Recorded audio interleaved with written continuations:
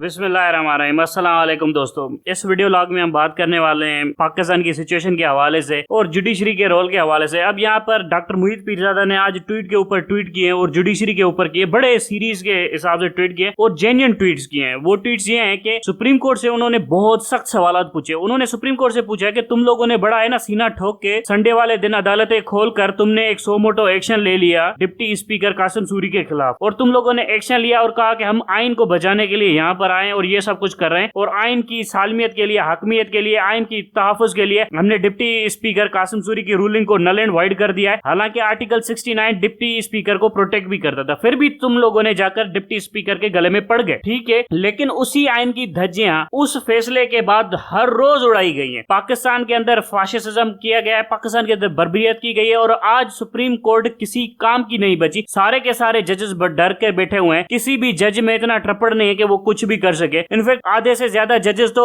आपकी military establishment के साथ मिल गए, आधे जजेस आपके यूं बैठे हुए हैं जो कि डर के बैठे हुए हैं, बाकी सारे चुप करके बैठे हुए हैं। सो ये जो सुप्रीम कोर्ट ने अपने पांव पर कुल्हाड़ी मारी, एक डिक्टेटर को रास्ता दिया जनरल बाजवा को, और उसके बाद सुप्रीम कोर्ट अब खामोश देख कर तमाशा देख रही है। तो सुप्रीम कोर्ट का क्या रोल बनता है पाकिस्तान के इतने बड़े मतलब हालात में? पाकिस्तान की इकोनॉमी तबाह कर दी, पाकिस्तान की डेमोक्रेसी तबाह कर दी, पाकिस्तान का आइन तबाह कर दिया, पाकिस्तान की अवाम के ऊपर फाशिज्म लगा दिया, पाकिस्तान के अंदर कोर्टों को ताले लगवा दिए सुप्रीम कोर्ट ने। और सुप्रीम कोर्ट अब इस फैसले को कैसे जस्टिफाई करेगी? कॉन्स्टिट्यूशनली तो सुप्रीम कोर्ट कहेगी कि चलो ठीक है, हमने जस्टिफाई कर दिया, टेक्निकलिटी ये वो कर दिया, हमने आइन को बचा लिया। लेकिन ये आइन कैसा बचाया है कि पूरे मुल्क में आग लग गई है। सो आइन भी तो वैसा ही होता है ना कि आइन जमहूरियत को कॉम्प्लीमेंट करता है। सो यहाँ पर है ना एक थिन लाइन है। ये जो थिन लाइन है ना, ये आपको समझना बहुत जरूरी है। जो लोग तारीख को पढ़ते हैं, तारीख को समझते हैं, जिन्होंने तारीख का गहराई से मुतालिया किया हुआ है, उनको पता होता है कि आइन एक्चुअली में इतना बड़ा डॉक्यूमेंट नहीं होता। असल चीज होती है आइन का स्पिरिट ऑफ जो लॉ होता है ना, वो ज्यादा मैटर करता है। अगर आप उसको कंपेयर करें वर्ड्स ऑफ द लॉ से, वर्ड्स ऑफ द लॉ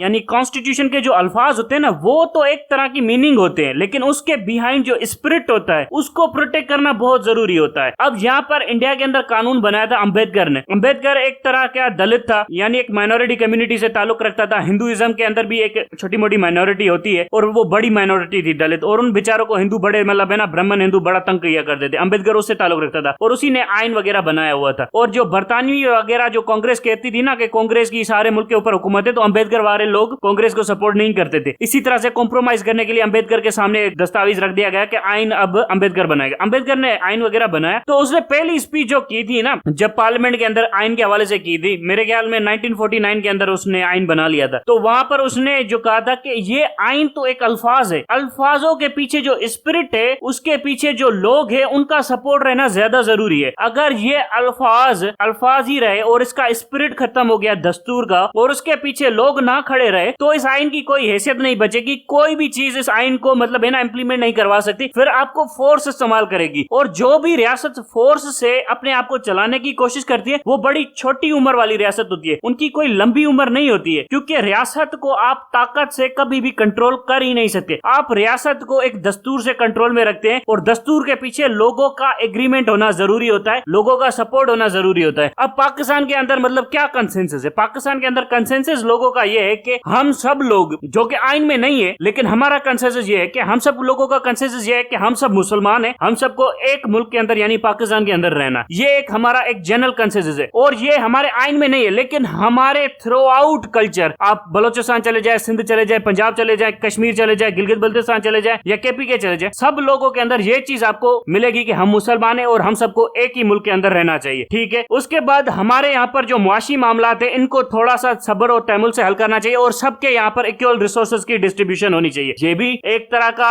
आइन के अंदर मौजूद है या नहीं है वो बात की बात है, लेकिन हमारा एक जनरल कंसेंसस है। इसी तरह से हमें पूरी मुस्लिम दुनिया के जो लोग हैं या मसाइल है, उनके हवाले से भी कुछ ना कुछ काम करना चाहिए। ये भी पूरे पाकिस्तान के अंदर कंसेंसस है। ये आइन का ऐसा नहीं है, लेकिन ये हमारा स्पिरिट है, ये हमारा जनरल कंसेंसस है। ठीक है, इसी तरह से एक और कंसेंसस है कि पाकिस्तान के अंदर हुकूमत इलेक्शन करने के बाद ये आनी चाहिए और जो इलेक्शन जीते वही हुकूमत करे और इलेक्शन फेयर होनी चाहिए। ये भी हमारा एक जनरल कंसेंसस है। उसके बाद एक और कंसेंसस है कि चोरों को कभी भी मुल्क के ऊपर हुकूमत नहीं करनी चाहिए। ये आइन में नहीं है, लेकिन ये हमारा कंसेंसस है। और ये जो कंसेंसस होते हैं, ये जो ब्रॉडर विल्स होती हैं लोगों की, यही तो आइन बनाती हैं, यही तो दस्तूर होता है, ये स्पिरिट ही तो दस्तूर को बनाता है। अब अमेरिकन रेवोल्यूशन का जो बताया जाता है, उसके पीछे स्पिरिट क्या था? उसके पीछे स्प्रेड ये था कि ये जो बरतानवी लोग आते हैं हमारे ऊपर हुकूमत करते हैं, हमसे ऊपर टैक्सेस लगाते हैं और बाद में जाकर हमारे ऊपर खर्चा भी नहीं करते। सो इस बरतानवी सिस्टम को लपेट के यहाँ पर एक अपनी सेल्फ गवर्नमेंट इंपोज करनी है और उन्होंने वो की। उसके बाद उन्होंने उसे प्रोटेक्ट भी किया, उसके लिए लड़े भी। सो क्योंकि उनकी सेल्फ गवर्नमेंट थी, उनका अपना आइन था, उन्होंने उसके लिए जाने भी दी। अब यहाँ पर यह भी बात आपको समझ में नहीं आनी चाहिए कि पाकिस्तान के अंदर एक जनरल कंसेंसस है लोगों का कि कादियानी काफिर है, और ये एक दुरुस्त कॉन्सेप्ट है कि कादियानी काफिर है। जब पूरे मुल्क के अंदर एक कंसेंसस है तो बार बार उसको चैलेंज कौन करता है? क्यों किया जाता है चैलेंज? जब ये पूरे पाकिस्तान के लोगों की मतलब एक कंसेंसस है तो फिर उसके खिलाफ साजिशें करना क्यों करती है माइनॉरिटी साजिशें? जब मेजोरिटी ने डिसाइड कर लिया कि ये लोग नहीं है हम में से मुसलमान, और वो खुद भी कहते हैं कि हम मुसलमान नहीं, उल्टे सीधे ड्रामे करते। पहले कहते थे कि हमारा ये जो मिर्जा है वो था पहले नौजुबिल्ला नबी था, अब कहते हैं कि हजरत ईसा अलैहिस्सलाम में नौजुबिल्ला, और उसके बाद अब आगे आगे जाएंगे। ये अपनी आइडियोलॉजी में भी थिरते हुए जा रहे हैं। फिर भी लोग कहते हैं कि नहीं नहीं ये कर दो वो कर दो। भाई रियासत का क्यों नहीं काम जाएगा? जो मेजोरिटी होगी रियासत की वो तो खुद को एक्सप्रेस करेगी ना। अगर मेजोरिटी को रियासत एक्सप्रेस ही नहीं करने देगी तो रियासत का क्या वजूद रहेगा? रियासत के अंदर बगावतें होंगी। अगर मेजोरिटी रियासत एक्सप्रेस नहीं करेगी तो सिर्फ रियासत माइनॉरिटी के लिए बनी है क्या? ये वो चीजें हैं जो हमें सोचनी चाहिए कि माइनॉरिटी को इतना सुपर इम्पोज करके मीडिया के ऊपर बिठा कर दिया जाता है कि माइनॉरिटी को ये वो है। मेजोरिटी तो जैसे अयाशिया करे, माइनॉरिटी को ये मसाइल है, माइनॉरिटी का वो मसाइल है, माइनॉरिटी का ये मसाइल है। जैसे मेजोरिटी के पास सारी की सारी जॉब्स है, मेजोरिटी अयाशिया कर रही है, मेजोरिटी की 4-4 शादियां हो रही है, मेजोरिटी ने बंगले बना दिए, मेजोरिटी के पास कारोबार की लग गई है सारी की सारी, मेजोरिटी की अयाशिया चल रही है, माइनॉरिटी तकलीफ में। ये क्या तमाशा हो रहा है पाकिस्तान के अंदर? और बात करते हैं कि हमें प्रोसिक्यूट किया जाता है, हमें प्रोसिक्यूट किया जाता है, हमें ये किया जाता है वो किया जाता है। पीटीआई को प्रोसिक्यूट किया जा रहा है। अब सारे पाकिस्तान को पता चल रहा है कि प्रोसिक्यूट कैसे किया जाता है, कैसे कानून को तोड़ के सुप्रीम कोर्ट का गंदा मोड़ के आइन का धज्जियां उड़ा के कैसे मतलब प्रोसिक्यूट किया जाता है एक पार्टी को। ये हमें पता चला। ऐसा कब हुआ है कादियानियों के खिलाफ? कब से कादियानियों के खिलाफ इस तरह के केसेस दर्ज किए गए और उनका प्रोसिक्यूशन किया गया? कब किया गया है रियासत की तरफ से? कभी भी नहीं किया गया। कब ऐसा कानून और दस्तावेज लाकर हिंदू माइनॉरिटी के खिलाफ ये ऐसी प्रोसिक्यूशन की गई या शिया माइनॉरिटी के खिलाफ ऐसी प्रोसिक्यूशन की गई? कभी भी नहीं हुआ है पाकिस्तान के अंदर इस तरह की प्रोसिक्यूशन। ये तो अब हमें पता चला है कि प्रोसिक्यूशन होती क्या है। इसी तरह से आप यूक्रेन की तरफ आ जाएं। यूक्रेन का ये जो सदर बैठा हुआ है ज़ेलेंस्की, ये पहले क्या आया था इलेक्शन से पहले, मैं जंगे वंगे नहीं करूंगा, अमन करूंगा। इलेक्शन जीत गया, इलेक्शन के बाद जंगे कर दी। इसी तरह से ये आपकी पीडीएम देख ले, कह रही थी कि हम इलेक्शन करवाने के लिए आ रहे हैं और फिर लेवल प्लेइंग फील्ड, अब जाकर फैशिज्म कर रहे हैं, लोगों को मार रहे हैं। ये क्या तमाशा हो रहा है पाकिस्तान के अंदर? ये भी तो कोई बता देना हमें। सो ये जो लोग होते हैं ना, ये जो माइनॉरिटी होती है, ये खुद को इंपोज करने के लिए इस तरह की फैशिज्म करती है, इस तरह के टकोसले करते हैं, इस तरह से धज्जियां उड़ाते हैं आइन के, और उसके बाद कहते हैं ये तो फेल्ड स्टेट है, ये तो फेल्ड स्टेट है, जबकि फेल करने वाली ये खुद माइनॉरिटी है। आप स्टेट को मेजोरिटी के ऊपर चलाने दीजिए। अब ये कहेंगे कि इंडिया के अंदर भी मेजोरिटी है, हिंदुत्व है, तो मेजोरिटी की आइडियोलॉजी के अंदर खामियां हो सकती हैं। ऐसा नहीं हो सकता कि मेजोरिटी की आइडियोलॉजी बिल्कुल दुरुस्त हो। सो मेजोरिटी की जो आइडियोलॉजी है इंडिया की हिंदुत्व की, वो तो बेस ही हेट्रेड के ऊपर करती है। और ये जो कहते हैं ना कि इंडिया की जो मेजोरिटी है वो सिर्फ हिंदुइज्म है, ऐसा भी नहीं है। इंडिया के अंदर दलित है, उनके अलग मसाइल है, सिख है, उनके अलग मसाइल है, मुसलमान है, उनके अलग मसाइल है। सो अगर आप इंडिया के अंदर आबादी ले लें, आबादी का तवाजुन ले लें, तो इंडिया की आबादी अगर आप देखें कि इंडिया की आबादी है 1 अरब 20 करोड़ या 30 करोड़, उसमें से तकरीबन 75 करोड़ के करीब तो दूसरी माइनॉरिटीज है, अराउंड 75 करोड़ दूसरी माइनॉरिटीज है, और उसके बाद आधे आते हैं हिंदू। सो मैं ये पूछना चाहता हूं कि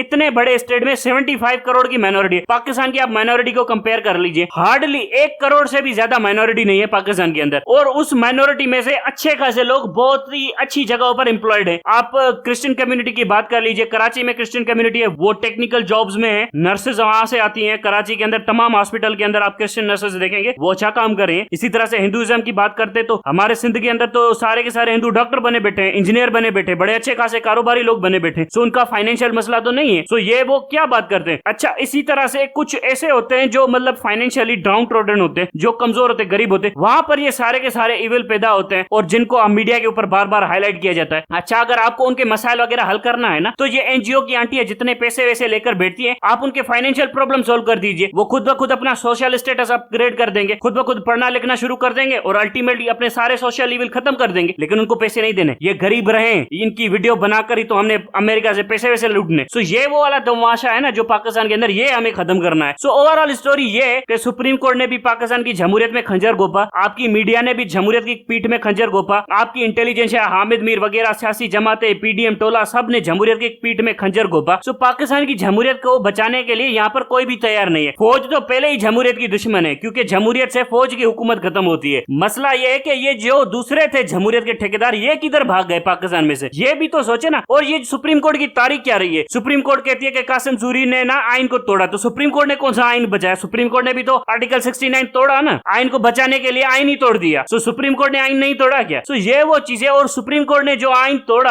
उसके बाद पाकिस्तान को भी तोड़ने के ऊपर आ गई। सो ये सुप्रीम कोर्ट ने कैसा फैसला दिया जिसमें सुप्रीम कोर्ट ने आइन भी तोड़ा, आइन तोड़ने को बचाने के लिए, और उसके बाद पाकिस्तान भी तोड़ने जा रही है। सो ये जो भोंडे काम हमारी सुप्रीम कोर्ट करती रही है ना, इसने बड़ा नुकसान पहुंचा है पाकिस्तान को। मैं आपको यहाँ पर एक अमेरिकन सुप्रीम कोर्ट का एक फैसला सुनाता हूँ। मेडसन केस है, मेडसन और मकरी केस है शायद, वो वाला पुराना वाला, उसमें जुडिशियल रिव्यू के ऊपर फैसला है। आप देखिए अमेरिकन कॉन्स्टिट्यूशन के अंदर है सुप्रीम कोर्ट जुडिशियल रिव्यू नहीं कर सकती, लेकिन कांग्रेस ने बिल पास किया, प्रेसिडेंट ने सही की, लेकिन फिर भी अमेरिकन सुप्रीम कोर्ट ने उसका जुडिशियल रिव्यू किया। और कॉन्स्टिट्यूशन में भी नहीं था अमेरिकन में कि जुडिशियल रिव्यू है, लेकिन सुप्रीम कोर्ट ने इसीलिए जुडिशियल रिव्यू किया क्योंकि उसने कहा कि हर वो आइन जो कांग्रेस पास करे उसको अमेरिकी अवाम के खिलाफ नहीं होना चाहिए, अमेरिकी अवाम के बेसिक राइट्स के खिलाफ नहीं होना चाहिए। ऐसा हो सकता है कि प्रेसिडेंट और कांग्रेस मिलकर ऐसे कानून पास करे जो अमेरिकन फंडामेंटल राइट्स के खिलाफ हो जाए, अमेरिकन सिटीजनशिप के खिलाफ हो जाए। सो वो वाले कानून हम पास नहीं कर देंगे, इसीलिए जुडिशियल रिव्यू हमारे पास है। इसीलिए आप देखेंगे कि अमेरिका के अंदर झंडा जलाने के ऊपर भी कभी भी सुप्रीम कोर्ट ने किसी को सजा नहीं देने दी, क्योंकि सुप्रीम कोर्ट वहां की डेमोक्रेसी के साथ, स्पिरिट के साथ, लॉ के साथ खड़ी रहती है, और वहां की अमेरिकन वैल्यूज यानी स्पिरिट ऑफ द कॉन्स्टिट्यूशन के साथ खड़ी रहती है। यहाँ पर हमें पाकिस्तानी वैल्यूज बनाने नहीं दी जाती। दूसरा, अगर बन जाती है तो सुप्रीम कोर्ट ही उनके ऊपर पांव रख देती है, और उसके बाद मौलवी इंजीनियर मोहम्मद अली मिर्जा जैसे चूतिए हैं वो आकर जस्टिफाई करते हैं सुप्रीम कोर्ट को, रूल ऑफ लॉ होना चाहिए, होना चाहिए। वो बेगरत आदमी, रूल ऑफ लॉ क्या होना चाहिए? तुम्हें पता है सुप्रीम कोर्ट की तारीख क्या होनी चाहिए? मैं इस बेगरत की वीडियोस देख रहा था, और दूसरा बेगरत है फैसल बड़ा है, ये जो बैठा हुआ है देखो सुनो जाने वाला, और हुसैन हक्कानी का इंटरव्यू करा है। इन दो बेगरतों ने पाकिस्तान के अंदर है ना बड़ा बेगरत गंद मचाया हुआ है। ये एंटी चूतिया ड्राइव होनी चाहिए पाकिस्तान के अंदर, जिसमें हमने इन चूतियों को लेकर पाकिस्तान से बाहर निकालना है। ये वो चूतिए हैं जो पाकिस्तान की आवाम को गुमराह कर रहे हैं, इल इन्फॉर्म कर रहे हैं, इस तरह से बेवकूफ बना रहे हैं कि मतलब है ना हम तो इस्लाह करने वाले लोग हैं, हम तो प्यार मोहब्बत वाले लोग हैं, और ये प्यार मोहब्बत वाले ना सबसे बड़े कमीने होते हैं। ये मैं आपको बता दूं। हामिद मीर क्या कहता था? मैं तो जमहूरियत पसंद आदमी हूँ, मैं तो अमन पसंद आदमी हूँ, मैं तो दहशतगर्दी के खिलाफ हूँ। आमिर मीर क्या बेचता था पूरी दुनिया के अंदर? मैं लेफ्ट का आदमी हूँ, मैं सोशल डेमोक्रेसी के ऊपर बिलीव करता हूँ, मैं सोशलिज्म के ऊपर बिलीव करता हूँ। जब ताकत मिली तो दोनों ने कपड़े उतार दिए अपने, दोनों ने फाशिज्म किया, लोगों के घरों में घुसे, डंडे मारे, ये किया। ये आता है इनको। और ये मीडिया के अंदर बहुत सारे लोग बैठे हुए हैं जो ये कहते हैं कि हम बड़े अमन पसंद लोग हैं। ये इंजीनियर मोहम्मद अली मिर्जा, इसको 2 दिन हुकूमत दो, फिर देखो इसकी फाशिज्म, इसकी गुंडागर्दी देखो, इसको पता चल जाएगा कि आटे दाल का भाव क्या है। इसी तरह से फैसल बड़ा, ये जो मासूम वाले लगते हैं ना आपको कि ये तो मासूम बच्चा है, ये तो नन्ना मुन्ना बच्चा है, ये मीठी मीठी बातें करता है, ये बड़े हरामजादे होते हैं, ये बड़े बेगैरत होते हैं। इनको जब ताकत मिलती है फिर ये अपनी असलियत दिखाते हैं। सो इस इंजीनियर मोहम्मद अली मिर्जा और फैसल बड़ा, इन दोनों से कभी भी सियासी एडवाइस मत लेना। अब तक के लिए इतना ही। Thank you very much.